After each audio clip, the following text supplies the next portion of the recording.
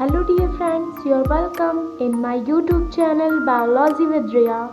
आज हम अपने लेक्चर 4th में डिस्कस करेंगे माइक्रोब्स इन ह्यूमन वेलफेयर का एक इम्पॉर्टेंट क्वेश्चन। सबसे पहले हम चलते हैं अपने क्वेश्चन की ओर। हमारा क्वेश्चन है बायोगैस क्या है। बायोगैस के घटकों के नाम लिखिए व बायोगैस संयंत्र का वर्णन करिए। ठीक है, इसमें हमने आपको ये नहीं दिया है कि बायोगैस संयंत्र का वर्णन करिए, लेकिन जो हम आपको क्वेश्चन कवर कराएंगे उसमें डायग्राम के थ्रू आपका ये क्वेश्चन भी कवर हो जाएगा। तो बायोगैस क्या है।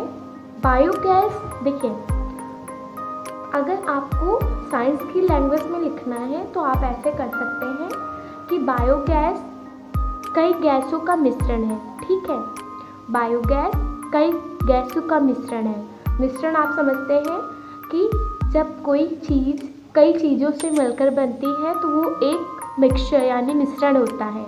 वैसे ही बायोगैस कई गैसों से मिलकर बनी होती है। जैसे कुछ ऐसे अवायवीय सूक्ष्म जीव होते हैं जिनके द्वारा घरेलू तथा कृषि अपशिष्ट पदार्थों का उपयोग करके बायोगैस को उत्पन्न किया जाता है। ठीक है, जैसे बोला जाए डंग हो गया। डंग जो है ये एक अपशिष्ट पदार्थ है, तो इसका यूज़ हम खेतों में करते हैं। जैसे कल हमने आपको जैव उर्वरक बताया था, तो जो पांस बोलते हैं हम लोग, वो भी एक फर्टिलाइज़र की तरह कार्य करता है कि नहीं करता है। तो वही चीज़ यहाँ कह रहा है, घरेलू तथा कृषि अपशिष्ट पदार्थों का उपयोग करके उत्पन्न की जाती है बायोगैस। क्या उत्पन्न की जाती है? बायोगैस। कह रहा है बायोगैस कई गैसों से मिलकर बनती है जो अवायवीय सूक्ष्म जीवों के द्वारा घरेलू तथा कृषि अपशिष्ट पदार्थों का उपयोग करके उत्पन्न की जाती है। ओके, अवायवीय सूक्ष्म जीव मतलब जो अनॉक्सीश्वसन जिसे बोलते हैं, तो वे सूक्ष्म जीव होते हैं जो घरेलू तथा कृषि अपशिष्ट पदार्थों को बायोगैस में कन्वर्ट करते हैं। जैसे बायोगैस के घटकों में आपका जो सबसे अधिक मात्रा अगर पूछी जाए किस गैस की होती है, तो वो होती है मीथेन की। किसकी होती है? मीथेन की। फिर अगर आपसे पूछा जाए, फिर उसके बाद में लगभग 30 से 40% CO2 की मात्रा होती है। फिर अन्य कई गैसें हैं जो थोड़ी थोड़ी मात्रा में पाई जाती हैं, जैसे ethane, propane, ethylene, acetylene, hydrogen, nitrogen तथा हाइड्रोजन सल्फाइड। ऐसी गैसें हैं जो बायोगैस में होती हैं।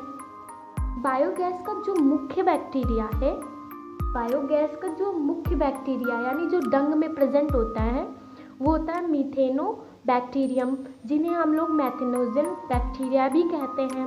ये मीथेनोबैक्टीरियम जो होता है ये मीथेन गैस उत्पन्न करते हैं। ये क्या करते हैं? मीथेन गैस उत्पन्न करते हैं। जो अपशिष्ट पदार्थ डंग होता है उसमें प्रेजेंस किसकी होती है? मीथेनोबैक्टीरियम की। मीन्स मेथनोजन जो बैक्टीरिया होते हैं इन सब की प्रेजेंस होती है, तो ये मीथेन गैस उत्पन्न करते हैं। जैसे अगर बोला जाए ये जो पौधे होते हैं जब ये अपशिष्ट हो जाते हैं एक तरीके से, जब सड़ गल जाते हैं, लेकिन इनमें उनकी पत्तियों में किसी ऐसी मात्रा होती है जैसे आपका ग्लूकोज है, तो ये जो मीथेनोजन बैक्टीरिया होते हैं ये क्या करते हैं? ग्लूकोज को मीथेन में कन्वर्ट मतलब मीथेन ग्लूकोज से मीथेन बना लेते हैं।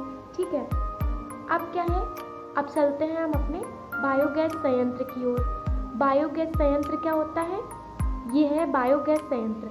बायोगैस संयंत्र एक ऐसा संयंत्र है जिसके द्वारा बायोगैस बनाई जाती है। जैसे आपका यहाँ पर ये डायग्राम दिया गया है, ये दिया गया है किसका? बायोगैस संयंत्र। ठीक है, इनमें क्या होता है, ये एक बड़ा सा डाइजेस्टर टैंक है जिसमें क्या होता है, खूब सारा जैसे डंग भर दिया जाता है, तो ये डाइजेस्टर टैंक होता है। ये गोबर पानी मीन्स ये एक घोल बना लिया जाता है, स्लरी जिसको कहते हैं, और यहाँ पर भी स्लज भर दिया जाता है। यहाँ पर एक ढक्कन लगा दिया जाता है। इनमें जब डाइजेस्टर पूरा गोबर भर देंगे तो उसमें सूक्ष्म जीव एक्टिविटी करते हैं, जिससे क्या होता है, इनके ऊपर एक ढक्कन रखा जाता है, वो ऊपर की ओर जब गैस बनती है तो गैस के प्रेशर से वो ढक्कन ऊपर ऊपर उठता है। फिर जब गैस धीमी हो जाती है तो वो गैस ढक्कन जो होता है वो उस पर ढक जाता है।